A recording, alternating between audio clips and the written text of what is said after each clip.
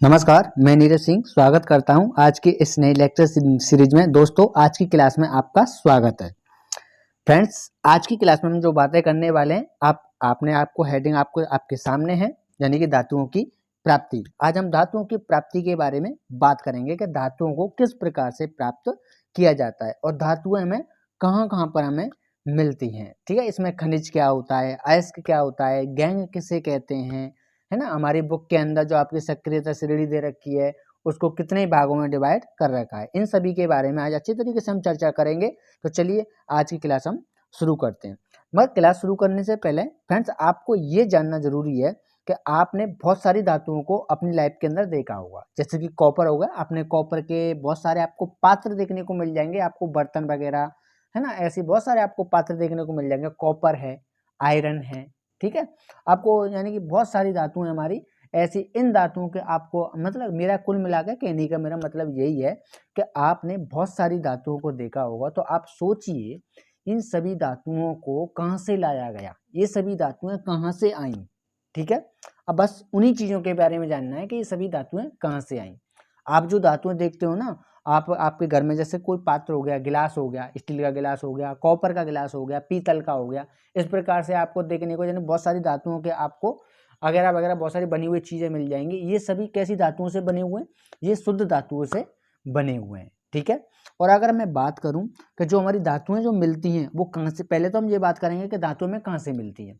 दूसरी बात, जहां से भी मिलती हैं वो कैसी अवस्था में मिलती है हमें, ठीक है, उनके बारे में हम अच्छी तरीके से बात करेंगे। तो सबसे पहले आप अच्छी तरीके से आप आ जाइए, निश्चिंत होकर के आप पहली हेडिंग लगा दीजिए, यानी कि खनिज। धातुओं की प्राप्ति में आप सबसे पहली हेडिंग क्या लगाएंगे, खनिज लगाएंगे। उस खनिज के अंदर जानेंगे किस प्रकार से आपको देखना है, उस खनिज के अंदर जानेंगे किस प्रकार से आपको बातें करनी है। तो देखिए, सबसे पहली बात करूं, जो खनिज होता है, खनिज को हम इंग्लिश में बोलते हैं मिनरल्स।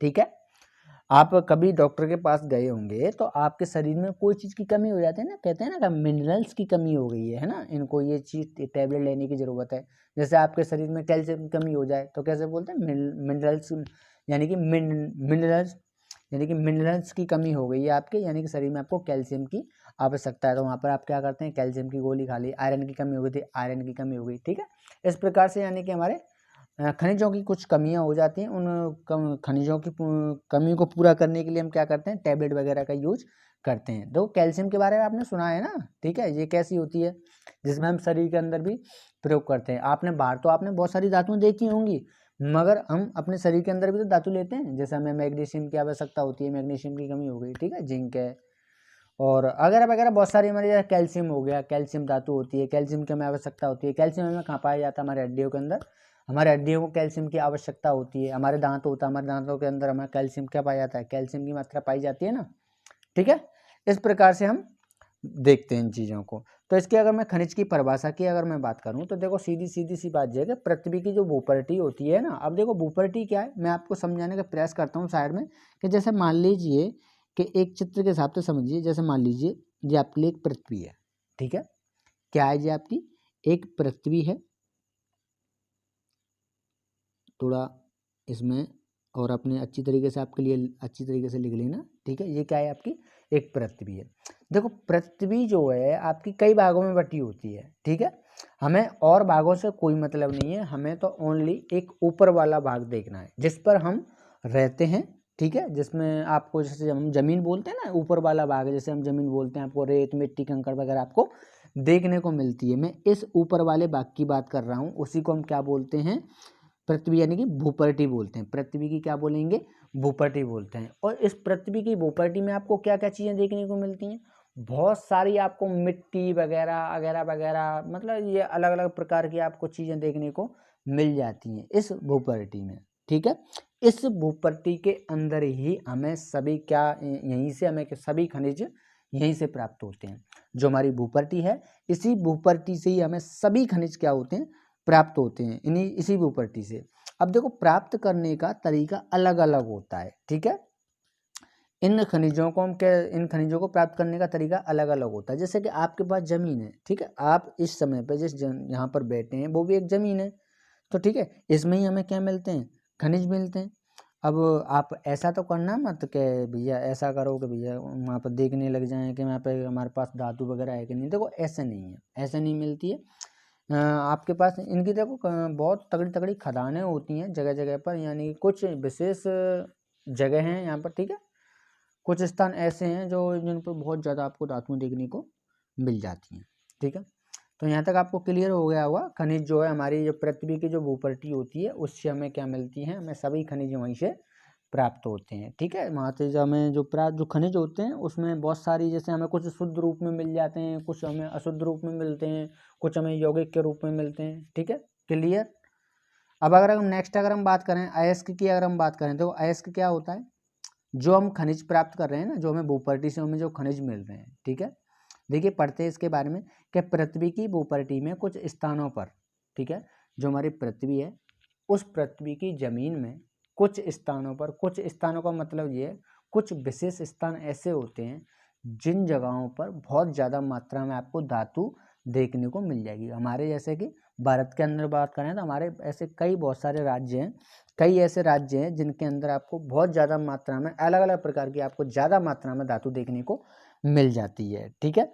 जैसे यहाँ पर वही चीज़ बताई गई है कि पृथ्वी की भूपट्टी में कुछ स्थानों पर खनिजों में कोई विशेष धातु काफ़ी मात्रा में पाई जाती है। जैसे कहीं पर लोहा बहुत ज़्यादा मात्रा में होगा, वो बहुत सारा लोहा होगा तो वहाँ से क्या होगा, बहुत सारी खदानें खोदी जाती हैं, वहाँ से क्या है लोहे को निकाला जाता है, ठीक है। वहाँ पर क्या होगा, लोहा बहुत ज़्यादा मात्रा में होता है तो वहाँ पर लोहे को निकाला जाता है। अब देखो वहाँ पर खदानें क्यों बनाई जाती हैं, वहाँ लोहा क्या है बहुत ज़्यादा मात्रा में, तो उनको ज़्यादा मात्रा में जब लोहा मिल जाता है तो उनको प्रॉफिट अच्छा खासा हो जाता है, ठीक है। आपके पास जो ज़मीन है, आप जिस जगह पर बैठे हो, जैसे मान लीजिए मैं यहाँ पर बैठा हूँ, अगर मैं यहाँ से अगर ज़मीन को खोदना स्टार्ट करूँ तो मुझे यहाँ पर क्या मिलेगा, कुछ नहीं, ठीक है।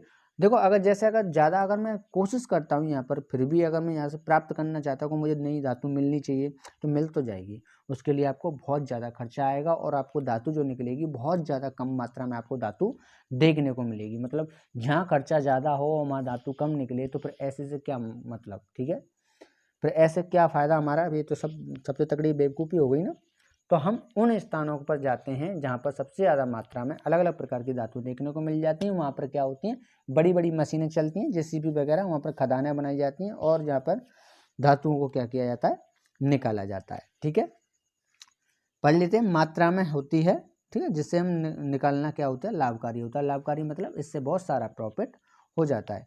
और इन खनिजों को हम क्या कहते हैं, अयस्क कहते हैं, ठीक है। जो में बहुत सारी यानी कि ऐसी कुछ जगह हैं जिन पर बहुत ज़्यादा मात्रा में क्या आपको धातु देखने को मिल जाएगी, वहाँ से उन धातुओं को निकाला जाता है। ऐसी जगहों को हम क्या बोलते हैं, अयस्क कहते हैं, ठीक है। यहाँ तक आपको अच्छी तरीके से क्लियर हो गया। चलिए नेक्स्ट बढ़ें। तो देखिए नेक्स्ट अगर हम पॉइंट की बात करें तो नेक्स्ट पॉइंट हमारा गैंग। देखो गैंग क्या होता है, गैंग हम उसे बोलते हैं जैसे कि पृथ्वी से खनिज अयस्कों में मिट्टी रेत, जैसे हम पृथ्वी होती है, पृथ्वी की भूपट्टी से जो हम खनिज हम जो निकालते हैं, ठीक है, उसमें हमें बहुत सारी यानी कि हम जब धातु निकालेंगे उन धातुओं के साथ में आपको बहुत सारी अशुद्धियाँ देखने को मिल जाएंगी, ठीक है। जैसे रेत हो गया, मिट्टी हो गया, है ना। और मैंने अभी भी आपको बताया कुछ यौगिकों के रूप में आपके लिए पाई जाते हैं, जैसे सल्फाइड के रूप में, कार्बोनेट के रूप में, वगैरह वगैरह, ऐसे मतलब ये अलग अलग यौगिकों के रूप में भी आपको देखने को मिल जाएंगे। और अलग अलग प्रकार की आपको अशुद्धियाँ देखने को मिल जाएंगी, कूड़ा करकट, है ना, जैसे कंकड़ हो गया, पत्थर हो गया, मिट्टी हो गई, अलग अलग प्रकार की बहुत सारी आपको अशुद्धियाँ देखने को मिल जाएंगी। उनके साथ क्या आती है, जो हमारी धातुओं को निकालते हैं उनके साथ अशुद्धियाँ साथ में आपको देखने को मिल जाएगी। जैसे कि यहाँ पे बोला गया है खनिज अयस्कों में मिट्टी, रेत आदि जैसी कई अशुद्धियाँ होती हैं, ठीक है। जहाँ पर जब हम धातुओं को निकाल रहे होंगे उनके साथ में क्या चीज़ निकल के आए साथ में, यानी कि बहुत सारी अशुद्धियाँ साथ में आ जाएँ, ठीक है। जो हमारी अशुद्धियाँ साथ में आ रही हैं, धातुओं के साथ में जो अशुद्धियाँ साथ में आ रही है, उसी पंप प्रक्रिया को हम क्या बोलते हैं, हम गैंग बोलते हैं, ठीक है। और धातुओं के निष्कर्षण से पहले अगर मैं बात करूं तो अयस्क से अशुद्धियों को हटाना आवश्यक होता है और हटाने के तरीके अलग अलग हैं। हटाने का तरीका जैसे मैं आपके लिए एग्जाम्पल के रूप से अगर मैं बात करूं, जैसे मान लीजिए हमारे पास NaCl हो गया, नमक। नमक कहाँ मिलता है, समुद्र में भी आपको नमक देखने को मिल जाएगा ना, ठीक है। जैसे हमें NaCl मिला, NaCl को हम लेकर आए, ठीक है। NaCl में से हम क्या करेंगे, इस Cl को हम क्या करेंगे, हटा देंगे और हमें तो क्या अलग प्रकार से हमें क्या मिल जाएगा, Na, यानी कि हमें सोडियम आपको देखने को मिल जाता है, ठीक है। आ रहा है ना समझ में। यानी कि NaCl से अगर क्लोरीन को यानी Cl को अगर हटा दिया जाए तो हमें क्या मिलेगा, सोडियम मिल जाएगा। और हमें क्या चाहिए, हमें तो वही प्योर करनी है, यानी कि धातु हमें चाहिए किस तरीके से, प्योर रूप से, यानी कि शुद्ध रूप से आपको चाहिए। ये कैसी होगी, शुद्ध धातु हो जाती है। ठीक है, और भी जैसे हमारी बहुत सारी अलग अलग प्रकार से होती हैं। ठीक है, उन चीज़ों से, उन तत्वों को, जो फालतू के जो तत्व होते हैं, तो आपके जो अशुद्धियाँ होती हैं उनको अलग कर दिया जाता है और शुद्ध तत्वों को बाहर निकाल दिया जाता है। यहाँ तक आपको अच्छी तरीके से क्लियर हो गया होगा। चलिए नेक्स्ट बढ़ते हैं। नेक्स्ट अगर हम बात करूं तो देखिए, अभिक्रियाशीलता के आधार पर धातुओं का विभाजन। तो देखिए, आप अपनी बुक के अंदर जाइए, आपके तीसरे चैप्टर में आपकी एक सक्रियता श्रेणी दे रखी है और उस सक्रियता श्रेणी पे कुछ तत्वों को विभाजित कर रखा है, ठीक है, और वहां पर उन तत्वों को 3 भागों में विभाजित कर रखा है। ठीक है, पहले अगर जैसे मैं सक्रियता श्रेणी में अगर नीचे नीचे वाले तत्वों की अगर मैं बात करूं तो वो तत्व कैसे होते हैं, निम्नतम होते हैं। निम्नतम मतलब उनकी जब हम अपक्रिया कराते हैं तो वो क्या होती है, उनकी अपक्रिया बहुत ज़्यादा धीमी होती है। क्या होती है, बहुत ज़्यादा धीमी होती है। और जस्ट उसके अगर ऊपर वाले, बीच वाले अगर हम तत्वों की बात करें तो वो कैसे होती है, उनकी अपक्रिया कराएं तो वो कैसे होती है, मध्यम अपक्रिया होती है। ठीक है, मध्यम मतलब ना तो ज़्यादा तेज होगी और ना ज़्यादा आपकी कम होगी। और सबसे ऊपर ऊपर वाली धातुओं की बात करें तो ये तो भैया उच्चतम होती हैं, उच्चतम धातु हैं। ठीक है, उच्चतम धातुओं का मतलब मेरा ये है कि जब इनकी अपक्रिया कराएंगी तो ये क्या करेंगे, फटाक से एकदम अपक्रिया कर लेंगे, जल्दी से जुड़ जाएंगी। ठीक है, उन्हीं के बारे में पढ़ते हैं। तो अगर मैं पहले वाले पॉइंट की अगर मैं बात करूं, पहले वाले पॉइंट की बात करूं, आप नीचे से स्टार्ट करेंगे, सक्रियता श्रेणी में आ जाइए नीचे से। ठीक है, पहले अगर मैं पॉइंट की बात करूं, इस वाले पॉइंट की, तो यहाँ पर देखिए कि ये धातुएं स्वतंत्र अवस्था में पाई जाती हैं।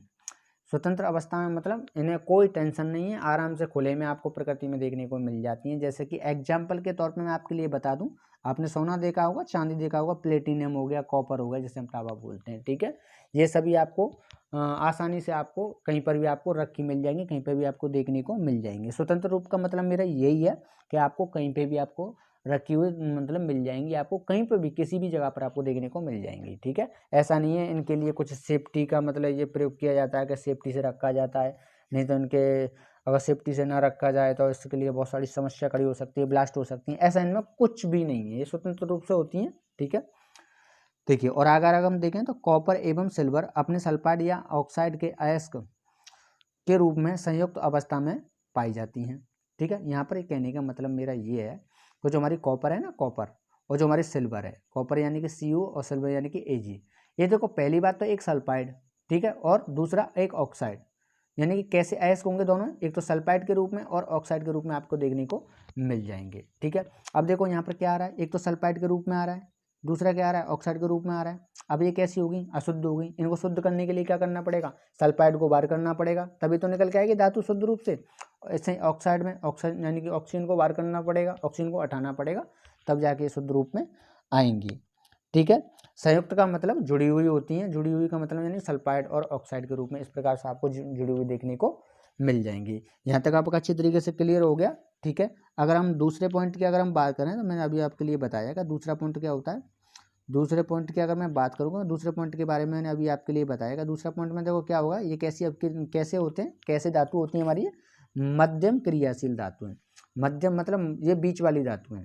ठीक है, एग्जाम्पल के तौर पे आप समझने के लिए मैं आपके लिए बताऊँ, जिंक हो गया है ना, आयरन हो गया, लेड हो गया, पीवी जिसे हम बोलते हैं, ये कैसी होती हैं, मध्यम क्रियाशील धातुएं होती हैं। इनकी जब अपक्रिया हम कराते हैं तो क्या होता है, ये अपक्रिया ना तो ज़्यादा तेज होती हैं और ना ज़्यादा स्लो होती हैं, मिनिमम होती हैं। ठीक है, ना ज़्यादा तेज और ना ज़्यादा कम होती हैं। ठीक है, इसकी अगर परिभाषा की अगर मैं बात करूं तो देखिए, ये मुख्यतः ऑक्साइड या सल्फाइड या कार्बोनेट के रूप में पाई जाती हैं। कौन सी वाली, ये बीच वाली धातु है। कौन सी वाली, बीच वाली, मध्यम वाली धातु है। किसके रूप में पाई जाती हैं, ऑक्साइड और सल्फाइड के रूप में पाई जाती हैं। मतलब इनके अंदर मतलब ये इनकी अंदर क्या है, एक यौगिक के रूप में आपको देखने को मिलेंगी। जैसे कि ऑक्साइड जुड़ा होगा या सल्फाइड जुड़ा होगा, फिर से वही चीज़ आ गई कि जैसे यहाँ पे जैसे मैं बात करूँ कि जिंक है, जिंक के साथ आपको क्या देखने को मिल गया, कि ऑक्सीजन देखने को मिल गया, ऐसे करके ZN, जैसे कि ZNO। ठीक है, यानी कि इसे हम क्या बोलते हैं, जिंक ऑक्साइड बोलते हैं। अब फिर से वही चीज़ हो गई ना यहाँ पर, कि इसके साथ क्या जुड़ रहा है, जिंक के साथ जुड़ रहा है हमारा कौन, ऑक्सीजन। फिर से हमें इसको प्योर करना है, इसको शुद्ध करना है, और शुद्ध करने के लिए हम क्या करेंगे, इस ऑक्सीजन को आप अलग कर लीजिए तो आपका जिंक अलग से हो जाएगा।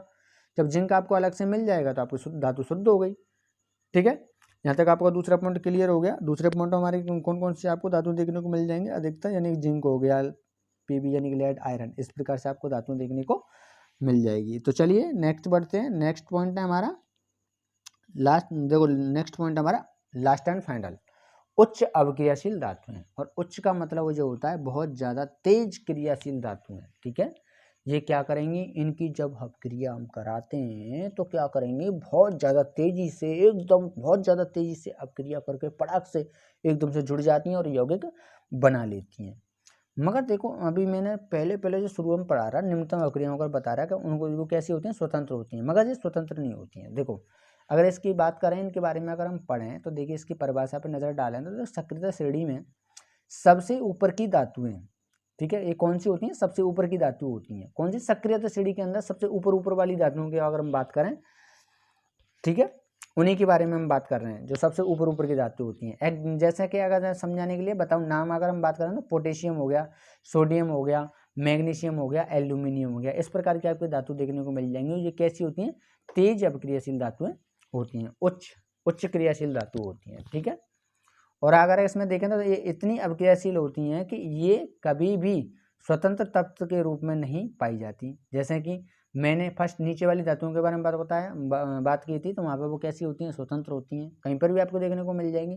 मगर ये धातुएं आपको कहीं पर भी देखने को नहीं मिलेंगी, ठीक है। ऐसा नहीं है कि जगह जगह पर आपको कहीं खुले में भी आपको देखने को मिल गई, ठीक है। सोडियम हो गया, पोटेशियम हो गया, ये क्या होती हैं, इनको बड़ी सेफ्टी से रखा जाता है। इनके लिए लिक्विड फुक्विड ऐसी कुछ चीज़ें बनाई गई है, जैसे केरोसिन हो गया वगैरह वगैरह, ऐसी चीज़, तेल वगैरह हो गए, इनको उनमें डुबो कर रखा जाता है।